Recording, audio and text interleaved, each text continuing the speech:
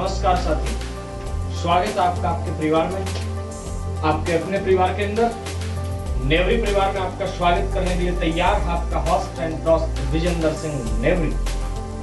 तो साथियों, कल के हिस्ट्री की क्लास है, वो अपने चैनल की हिस्ट्री की पहली क्लास थी और पहली क्लास को आप लोगों ने मान सम्मान और प्यार दिया, पहली क्लास को लाइक किया, कमेंट किया, इसके लिए आपका दिल की गहराई से धन्यवाद। और ये हिस्ट्री की जो मुहिम है, इतिहास जो ड्रामना लगता है, अब वो ड्रामना नहीं लगेगा, उसके अंदर आनंद आए, मजा आने लग जाए। और उसी मजे को लेने के लिए चलते हैं अपन आज की क्लास की। तो साथियों, कल अपन ने पढ़ा कि 1857 की जो क्रांति है, उस क्रांति का क्या कारण थे, उस क्रांति की क्या वजह थी।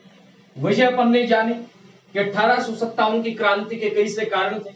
आर्थिक कारण थे, आर्थिक नीतियां थी, और नीतियों के कारण एक आमजन शासक ये अंग्रेजों के विरुद्ध हुए। उसके बाद साथियों, अपन ने देखा राजनीतिक कारण थे। राजनीतिक कारणों के अंदर चाहे अपन सहायक संधि की बात कर लें, चाहे अपन डलहौजी के हड़पगत या व्यापकगत सिद्धांत की बात कर लें, चाहे अपन आश्रित पार्थक्य की नीति की बात कर लें, लॉर्ड होर्डिंग्स की, ये सभी राजनीतिक कारण थे। राजा महाराजाओं को अपदस्थ कर दिया गया। उसके बाद में कुछ एक नवाबों को, कुछ एक पेशवाओं को पेंशन दी जाती थी, उस पेंशन को बंद कर दिया। आगे चलते चलते सामाजिक कारण, चूंकि समाज जो था वो रूढ़िवादिता से ग्रस्त था और वो इन परिवर्तनों को स्वीकार नहीं करना चाहता था, और अंग्रेज सरकार कुछ परिवर्तन करना चाह रही थी। और उन लोगों ने सोचा कि ये हमारे वाले समाज के, हमारे वाले धर्म के विपरीत है, इसलिए लोगों के मन के अंदर अंग्रेजों के विरुद्ध एक भावना घर कर गई। और वही भावना 1857 की क्रांति के विस्फोट के अंदर चिंगारियों का काम कर रही थी, और उन्हीं चिंगारियों ने बड़ी सी ज्वाला भारत के अंदर लगा दी। उसके बाद अपन ने बात की साथियों सामाजिक कारण के बाद में धार्मिक कारण। ईसाई धर्म मिशनरियों द्वारा 1813 के चार्टर एक्ट के माध्यम से भारत के अंदर ईसाई धर्म का प्रचार प्रसार करना। इसके बाद में साथियों अपन ने चर्चा की ईसाई धर्म मिशनरियों के बाद में धार्मिक निर्योग्यता अधिनियम की। धार्मिक निर्योग्यता अधिनियम, जो ईसाई धर्म स्वीकार करेंगे उनको विशेष अधिकार प्राप्त होंगे, और जो स्वीकार नहीं करेंगे उनको कोई विशेष अधिकार प्राप्त नहीं होंगे। इसके बाद में अपन ने बात की सैनिक कारण, जो एक तात्कालिक कारण। इन सभी कारणों की पृष्ठभूमि के अंदर क्रांति शुरू होती है।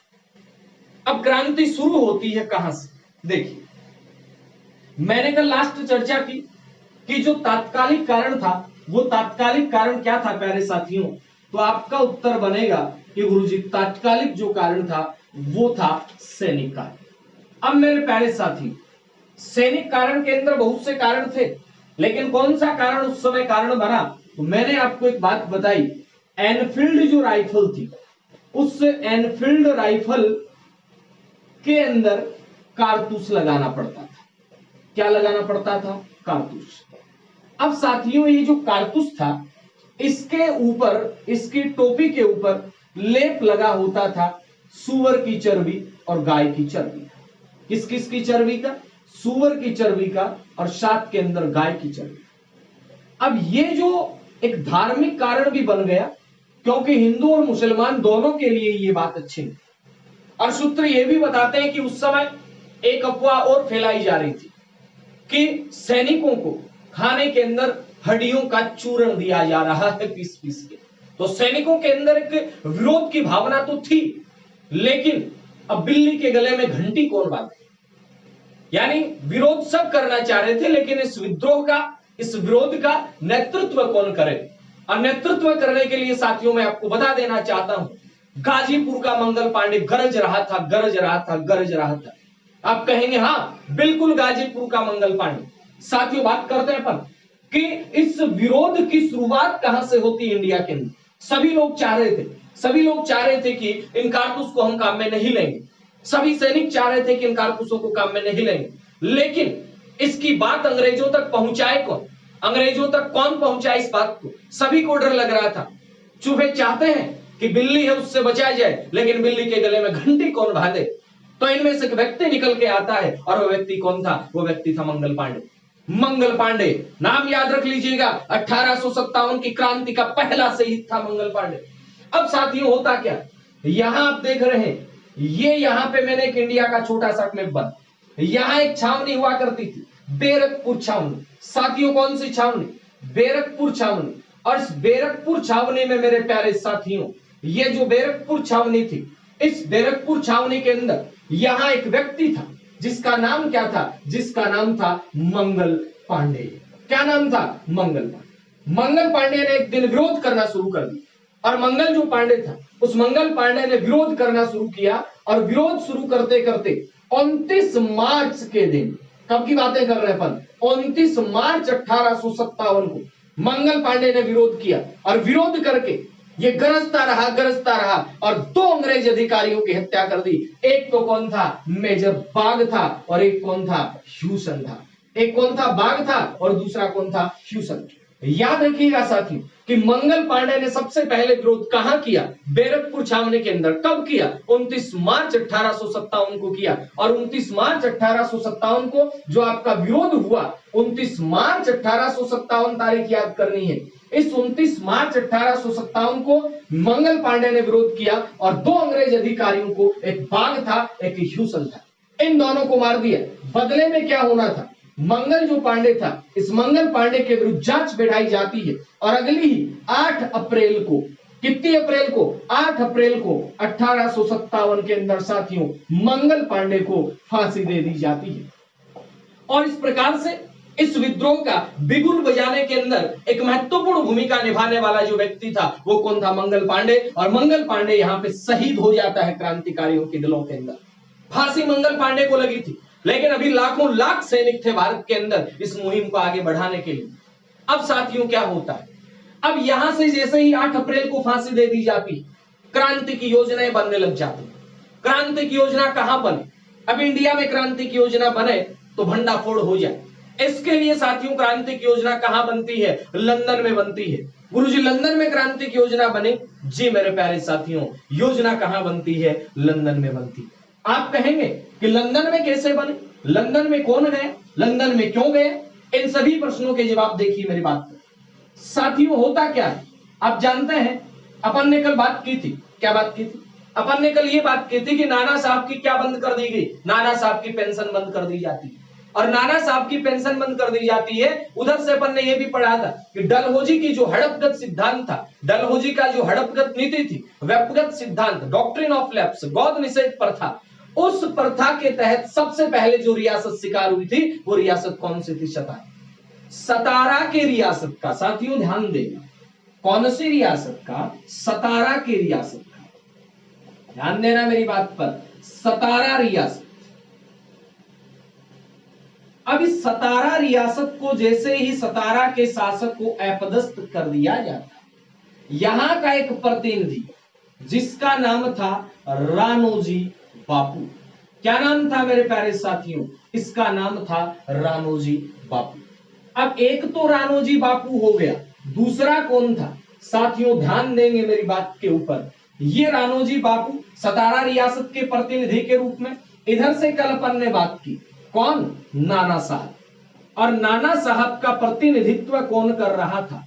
नाना साहब का प्रतिनिधित्व कर रहा था प्यारे साथियों अजीमुल्ला खान। अब ये दोनों के दोनों व्यक्ति यहां ईस्ट इंडिया कंपनी के विरुद्ध शिकायत करने के लिए प्यारे साथियों कहां चले जाते हैं? लंदन चले जाते हैं। लंदन राणोजी बापू क्यों गए? सतारा रियासत के शासक को अपदस्थ कर दिया गया था इसलिए। और नाना साहब का प्रतिनिधि अजीमुल्ला खान इनकी पेंशन प्रकरण को लेकर के लंदन गए। लंदन के अंदर ये दोनों मिलकर के क्रांति की क्या करते हैं? योजना बनाते हैं। तो प्यारे साथियों अगर आपसे ये पूछ लिया जाता है कि क्रांति की जो योजना थी ये योजना कहां बनती है, तो आपका उत्तर बनेगा क्रांति की योजना लंदन में बनती है। अब लंदन में इस योजना को बनाया किसने? तो याद रखना है इस योजना को राणोजी बापू ने और अजीमुल्ला खान ने। राणोजी बापू ने, अजीमुल्ला खान। चलो ठीक बात। क्रांति की योजना लंदन में बन और क्रांति के लिए एक दिन निश्चित किया जाता है। साथियों याद रखना क्रांति के लिए एक दिन निश्चित किया जाता है और वो दिन कितने मई था? 31 मई था।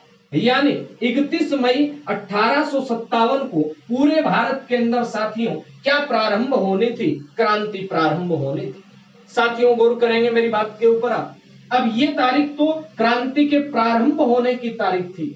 लेकिन अब बात करें क्रांति का प्रतीक किसे चुना जाता है। साथियों याद रखना, क्रांति का जो प्रतीक है वो चुना जाता है कमल का फूल। किसका फूल? कमल का फूल और साथ में चपाती। कमल का फूल सैनिक छावनियों तक पहुंचाया जाता, चपाती थी वो गांव के अंदर पहुंचाई जाती। अब सामान्य रूप से अपन कहें कि क्या कोई पत्रिका थी? अरे भाई साहब पत्रिका कहां थी? क्रांति की योजनाएं जो थी वो तो बिल्कुल गुप्त तरीके से बन रही थी और इन क्रांति की योजनाओं का पता अंग्रेजों तक नहीं पहुंचे। इसलिए क्रांतिकारियों ने क्या सोचा? इसलिए क्रांतिकारियों ने सोचा कि क्यों नहीं अपन एक नया तरीका अपनाते हैं और क्रांति के प्रतीक के रूप के अंदर कमल का फूल और चपाती को चुन लिया जाता है। साथियों क्रांति का दिन निश्चित हो गया कि इतनी तारीख को क्रांति है ये शुरू हो जाएगी।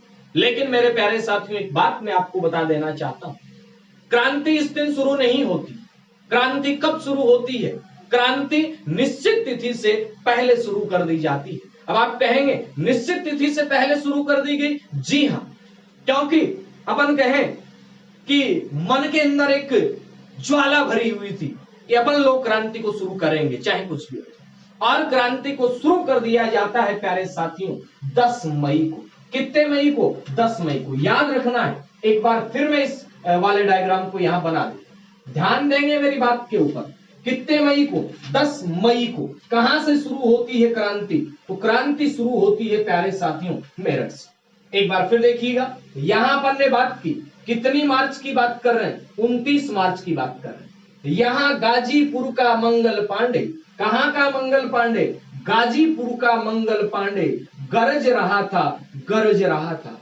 और जैसे ही वो गरजा वैसे ही बाघ था, बाघ था, वो हंस रहा था, हंस रहा था। और उसने इन दोनों को क्या कर दिया?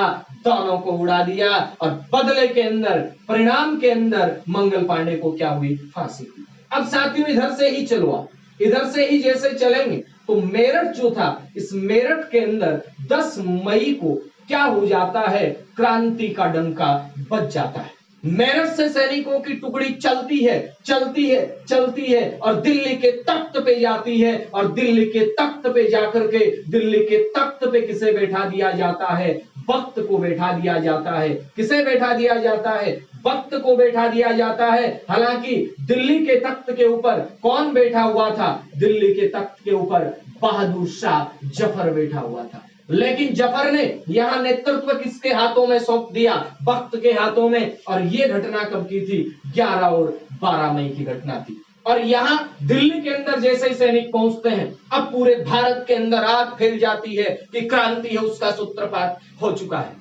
और इसी क्रांति के सूत्रपात की श्रृंखला में प्यारे साथियों अब राजस्थान भी अछूता नहीं रहता है। और राजस्थान अछूता नहीं रहता है। और राजस्थान के अंदर 28 मई से कितनी तारीख को राजस्थान में क्रांति का सूत्रपात हो जाता है? 28 मई को। और 28 मई को कहां से होता है प्यारे साथियों? नसीराबाद से होता है। हालांकि आगे अपन जब भारत की क्रांति की चर्चा करेंगे तो देखेंगे झांसी के अंदर 4 जून को, लखनऊ के अंदर 4 जून को क्रांति प्रारंभ हो जाती है, कानपुर के अंदर 5 जून को प्रारंभ हो जाती है, इलाहाबाद के अंदर 6 जून को प्रारंभ हो जाती है, जगदीशपुर के अंदर 12 जून को प्रारंभ हो जाती है। वो अपन चर्चा करेंगे भारत के इतिहास के अंदर। यहाँ अपन राजस्थान के संदर्भ में चर्चा कर रहे हैं। तो 28 मई को नसीराबाद से 1857 की क्रांति का बिगुल बज जाता है।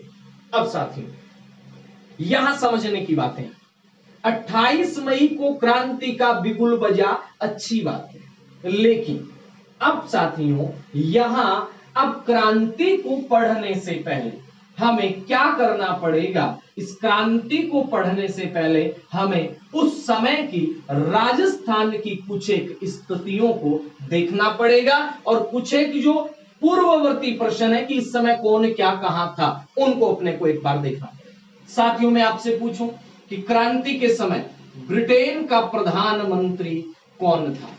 ब्रिटेन का प्रधानमंत्री था लॉर्ड पाल्मर्स्टन। ब्रिटेन का प्रधानमंत्री कौन था साथियों? लॉर्ड पाल्मर्स्टन था। अब मैं आपसे ये पूछूं कि क्रांति के समय भारत का गवर्नर कौन था? तो साथियों क्रांति के समय भारत का जो गवर्नर था वो कौन था? लॉर्ड कैनिंग था। यहां डलहौजी नहीं आएगा, यहां आएगा लॉर्ड कैनिंग। क्रांति के समय भारत का गवर्नर कौन था? लॉर्ड कैनिंग था। और क्रांति के समय ब्रिटेन का प्रधानमंत्री कौन था? तो प्यारे साथियों याद रखना, ब्रिटेन का जो प्रधानमंत्री था वो लॉर्ड पार्वस्टन था। साथियों अब प्रश्न बनेगा कि अपने वाले राजस्थान की बात करें, अपने वाले राजस्थान को एक स्पेशल में यहां नाम दे सकता हूं, ये राजपुताना रेजिडेंसी थी। ये क्या थी? राजपुताना रेजिडेंसी। आपके लिए प्रश्न ये है कि राजपुताना रेजिडेंसी है, इसकी स्थापना कब की गई थी? फटाफट से इसका उत्तर देंगे आप लोग, ठीक? कमेंट करो बेटा, शाबाश, वेरी गुड। अब राजपुताना जो रेजिडेंसी थी, इस रेजिडेंसी में एक सर्वोच्च अधिकारी हुआ करता था प्यारे साथी, और सर्वोच्च अधिकारी को कहा जाता था एजीजी। क्या कहा जाता था? एजीजी। एजीजी है यादू जैसी भाई, एजीजी। एजीजी क्या था? एजेंट टू गवर्नर जनरल, यानी एजीजी था agent to governor general. Agent to governor general, Rajputana residency. और राजपुताना रेजिडेंसी का प्यारे साथियों मुख्यालय, एक मुख्यालय कहां था? अजमेर में था। एक मुख्यालय अजमेर में था और एक मुख्यालय साथियों कहां था? माउंट आबू में था। अब प्रश्न बनेगा कि जब राजपुताना रेजिडेंसी स्थापित की गई तो इसका फर्स्ट एजीजी कौन था? राजपुताना रेजिडेंसी में फर्स्ट एजीजी कौन था? तो आपका उत्तर बनेगा, पहला काम ही क्या है? लोक करना। पहला काम लोक करना। तो याद रखेंगे मेरे प्यारे साथियों, पहला जो एजीजी था वो था मिस्टर लोकेट। कौन था? Mister locate. अब साथियों ध्यान दें, लोकेट के बाद में प्रश्न बनेगा 1857 की क्रांति के समय कौन था? 1857 की क्रांति के समय कौन था? तो मेरे प्यारे साथियों 1857 की क्रांति के समय जो था वो था जॉर्ज पैट्रिक लॉरेंस। 1857 की क्रांति के समय, कब की बात कर रहा हूं मैं साथी? 1857 की क्रांति के समय जो यहाँ का एजीजी था अपने राजस्थान का, वो था जॉर्ज पैट्रिक लॉरेंस। अब मित्रों में यहाँ एक बात बता देना चाहता हूं, हो सकता है एग्जामिनर आपको उलझाएगा। कैसे उलझाएगा जी गुरुजी बताओ? एग्जामिनर ऐसे उलझाएगा, यहां आपको एक विकल्प मिल सकता है, ये मैं रेड पेन से लिख देता हूं, पैट्रिक लॉरेंस, इसकी जगह आपको एक विकल्प मिल सकता है हेनरी लॉरेंस। अब आपने तो लॉरेंस रट्टा लगा रखा है, लॉरेंस कर देंगे ना भाई ना, आपको जॉर्ज पैट्रिक लॉरेंस ही करना है। क्या गुरुजी हेनरी लॉरेंस भी राजस्थान का एजीजी रहा है?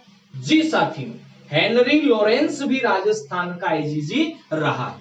क्रांति से जस्ट पहले, क्रांति से जस्ट पहले जो आपका एजीजी था वो जॉर्ज हेनरी लॉरेंस था।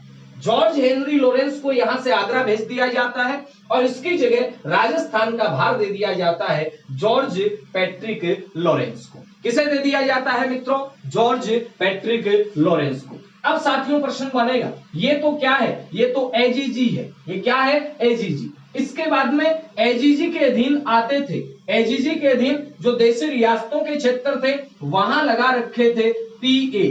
पीए बोले तो पॉलिटिकल एजेंट, पीए बोले तो पॉलिटिकल एजेंट। आप बड़ा फटाफट से इसका एक स्क्रीनशॉट ले लो, तब तक के लिए मैं थोड़ा 2 सेकंड साइड में हो जाता हूं। वेरी गुड, स्क्रीनशॉट ले लो इसका, शाबाश, ले लिया होगा, ठीक है, मिटा दो इसको मैं, ठीक है मिटा दो। तो साथियों ये था एजीजी। अब एजीजी के नीचे कौन आते थे? तो मेरे प्यारे साथियों एजीजी के नीचे आता था कौन?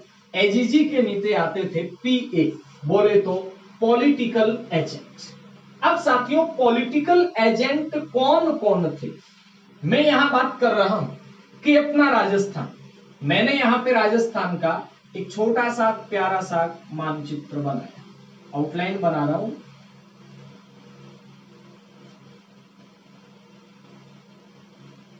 ये अपना राजस्थान, अपने राजस्थान के अंदर पॉलिटिकल एजेंट, पॉलिटिकल एजेंट चूंकि किसके अधीन आते थे?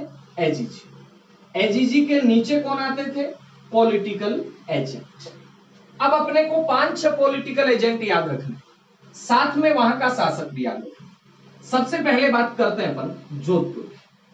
जोधपुर का पॉलिटिकल एजेंट कौन था? Make motion. मेक मोशन या मोक मेसन। जोधपुर के बाद में साथियों ये आ गए आपका यहां पे उदयपुर। उदयपुर का पॉलिटिकल एजेंट कौन था? शावर्स। कौन था? शावर्स। कोटा का पॉलिटिकल एजेंट कौन था? बर्टन। कोटा का पॉलिटिकल एजेंट कौन था? बर्टन। इसके बाद में मेरे प्यारे साथी जयपुर का पॉलिटिकल एजेंट कौन था? जयपुर का पॉलिटिकल एजेंट था ईडन। कौन था? ईडन। इसके बाद में यहां भरतपुर। भरतपुर का पॉलिटिकल एजेंट कौन था? मॉरिशन। भरतपुर का पॉलिटिकल एजेंट कौन था? मॉरिशन। और इसके बाद में प्यारे साथियों ये रही आपकी सिरोही। सिरोही का जो पॉलिटिकल एजेंट था वो पॉलिटिकल एजेंट कौन था? वो था हल। एडी हल। कौन सा हल? एडी हल। अब देखो एक एक को देखते ही चलते हैं। सॉरी मैंने लिख दिया, लिखना सही नहीं था। देखिए जोधपुर का पॉलिटिकल एजेंट कौन है? जोधपुर का पॉलिटिकल एजेंट है Mock Mason. Very good. Jaipur का पॉलिटिकल एजेंट कौन है? Colonel Eden. भरतपुर का पॉलिटिकल एजेंट कौन है? मॉरिसन। उसके बाद में कोटा का पॉलिटिकल एजेंट कौन है? Major Burton. उदयपुर का पॉलिटिकल एजेंट कौन है? शावर्स। इसके बाद में सिरोही का पॉलिटिकल एजेंट कौन है? हल। अब मेरे प्यारे साथियों यहां देखेंगे हल या हल एक ही बात। अब प्रश्न क्या बनेगा? प्रश्न यूं बनेगा कि इनको याद कैसे करें? याद हो रखा है, यानी जोधपुर आड़न तो मोस दियो। जोधपुर आड़न क्या कर दियो? मोस दियो। हम पढ़ेंगे अभी क्रांति, जब पढ़ेंगे राजस्थान में क्रांति का प्रसार कैसे क्रांति फैलती है, तो यहां मेक मोशन ही था। इसी का गला काट कर क्या उघा के किले के ऊपर टांग दिया गया था और क्रांतिकारियों के अंदर गीत प्रचलन में आ गया था कि ढोल बाजियो चंग बाजियो और बाजियो बाकियो के ढोल बाजियो चंग बाजियो और बाजियो बाकी और मेजर ने मार के किला ऊपर टांकियो। मेजर ने मार के किला ऊपर टांकियो। तो मेरे प्यारे साथियों ये वो ही मेजर था मोक मेसन। और बर्टन, बर्टन को तो बिल्कुल काट दिया गया था। बर्टन कोटा का, कोट का वह बटन, कोट का वह बटन याद रखना है। कोट का वह बटन तो कोटा में गुण है बर्टन। जयपुर में कैसे जी? ईडन गार्डन नाम सुने तो याद रखोगा ईडन गार्डन। जयपुर में को नहीं कलकत्ता में आपने, लेकिन आपने याद कर लो, याद करवा के जाए। जयपुर में ईडन गार्डन है। जिला के नगरी उदयपुर। फुआरा गढ़चालय उदयपुर में। सावर्स, सावर्स के देखो उदयपुर को। और सिरोही का तो हाल ही लगा, सिरोही का तो हाल ही लगा। और भरतपुर को मोरियो, भरतपुर को मोरियो। भरतपुर में मोरियो तो मोरिसन के देखो भरतपुर को। ठीक बात है गुरुजी, याद हो गया। अब यहाँ के शासक कौन थे क्रांति के समय? चूंकि राजस्थान में और भी शासक थे वो भी याद करें अपन, लेकिन एक बार यहाँ की बात करें तो मेरे प्यारे साथी जोधपुर का शासक इस समय कौन था? ये मैं लिख देता हूं, दिखाई दे रहा होगा शायद आपको। जोधपुर का जो शासक था वो शासक कौन था? वो था तख्त सिंह। जोधपुर का शासक कौन था? तख्त सिंह। अच्छी बात है जी गुरुजी। जोधपुर के बाद में साथियों में लिख देता हूं सिरोही का शासक कौन था? सिरोही का जो शासक था वो था शिव सिंह। सिरोही का शासक कौन था? शिव सिंह। साथियों उदयपुर का शासक कौन था?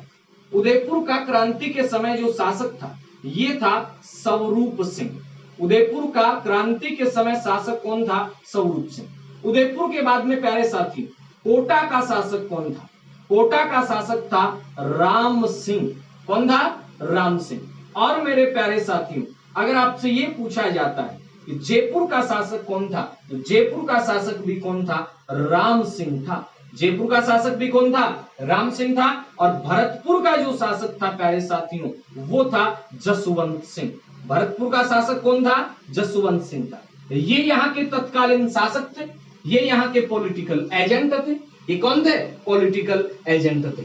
एक बार फटाफट से स्क्रीनशॉट ले लीजिए, इसका मानचित्र बना हुआ है, फटाक से ले लीजिए। अपने राजस्थान के अंदर ये पॉलिटिकल एजेंट थे। इन्हीं में एक बात और याद रखना, अजमेर मेरवाड़ा का जो कमिश्नर था वो था कर्नल डिक्सन। अजमेर मेरवाड़ा का कमिश्नर कौन था? मैं लिख देता हूं, फिर ले स्क्रीनशॉट आप।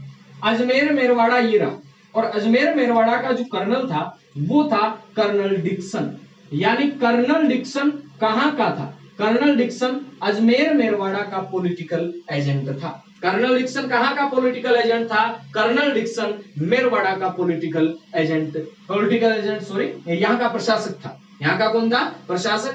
और वैसे इस पूरे क्षेत्र का प्रशासन अंग्रेजों ने एक अलग से अधिकारी को भी दे रखा था, उसका नाम था कोलविन। क्या नाम था? कोलविन। फटाक से स्क्रीनशॉट ले लीजिए, 2 सेकंड है, शाबाश।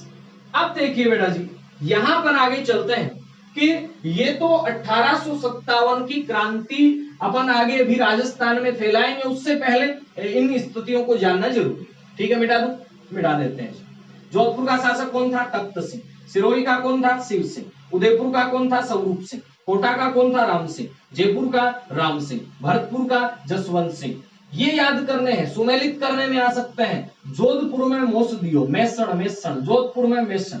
सिरोही का तो हाल ही बढ़िया है, और उदयपुर में फुवारा चाले, सावर्स चाले। कोट के बटन हुए, बर्तन हुए। जयपुर में गार्डन, ईडन गार्डन। और भरतपुर को मोरियो तो मोरिसन। भरतपुर को मोरियो तो मोरिसन। अजमेर का कौन था? कर्नल डिक्सन था। अजमेर का कौन था? कर्नल डिक्सन था। और केल्विन को यहाँ का प्रशासन वैसे संभाल रखा था केल्विन ने। अब मेरे प्यारे साथी, आपसे ये पूछा है 1857 की क्रांति के समय अपने वाले राजस्थान के अंदर कितनी छावनियां थी? राजस्थान के अंदर जो सैनिक छावनियां थी, अब वो छावनियां 6 थी।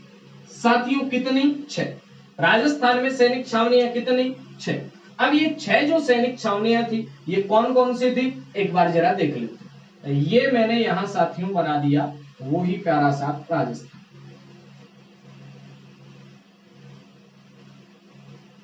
अब इस राजस्थान में 6 छावनियां कौन सी? एक छावनी जो एमपी के अंदर थी यहां पे, और इस एमपी वाली छावनी का मैं नाम इधर ही लिख देता हूं। ये छावनी कौन सी थी? नीमच।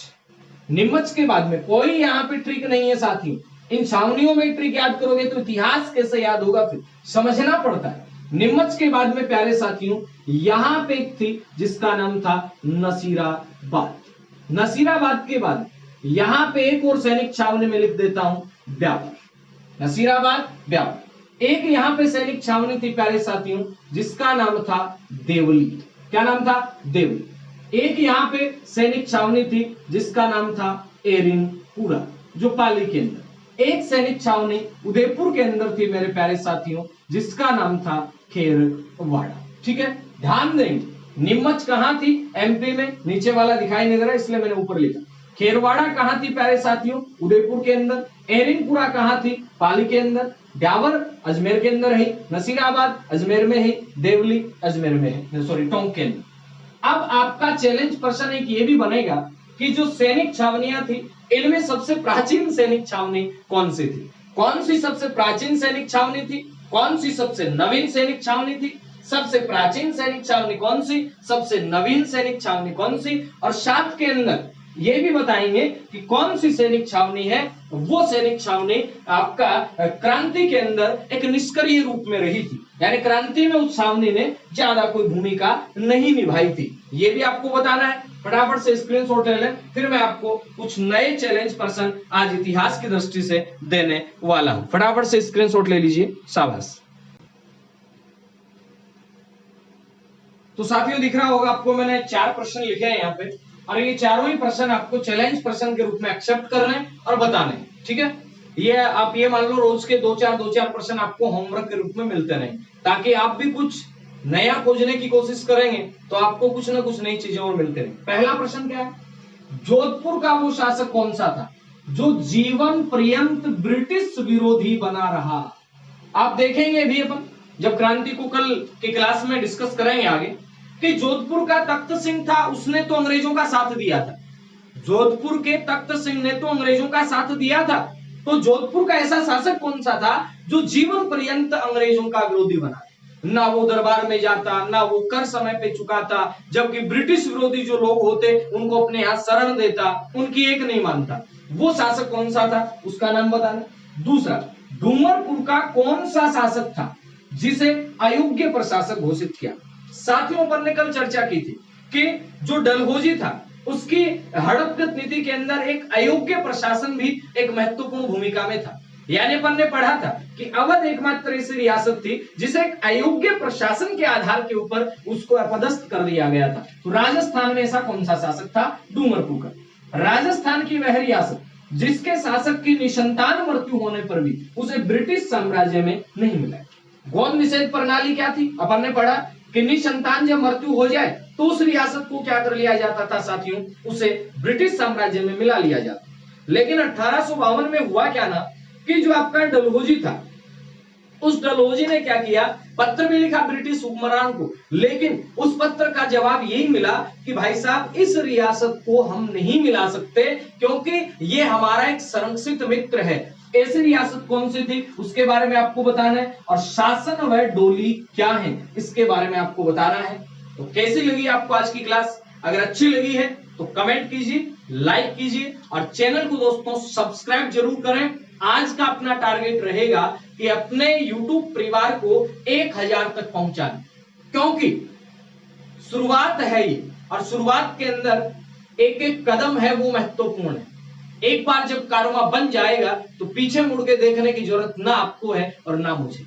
मैं ये नहीं कहता कि बार बार पढ़ो ना, एक बार पढ़ो, अच्छे से पढ़ो, डीप पढ़ो, जितना एग्जाम पॉइंट ऑफ व्यू से जरूरी है। ऐसा नहीं कि चार यहाँ पे मैंने पॉलिटिकल एजेंट बता दिए 5 मिनट की क्लास के अंदर, हो गया जी 1857 की क्रांति। नहीं, थोड़ा थोड़ा पढ़ेंगे, डीप पढ़ेंगे। एक दिन के अंदर अपन ने कारणों की चर्चा की, आज अपन ने एक पृष्ठभूमि की चर्चा की, कल अपन राजस्थान के अंदर क्रांति कैसे शुरू होती है, कैसे चलती है, उनकी चर्चा करेंगे। मिलते हैं नए वीडियो के अंदर नए जोश के साथ, नए नॉलेज के साथ। जय हिंद, जय भारत, जय शिक्षा।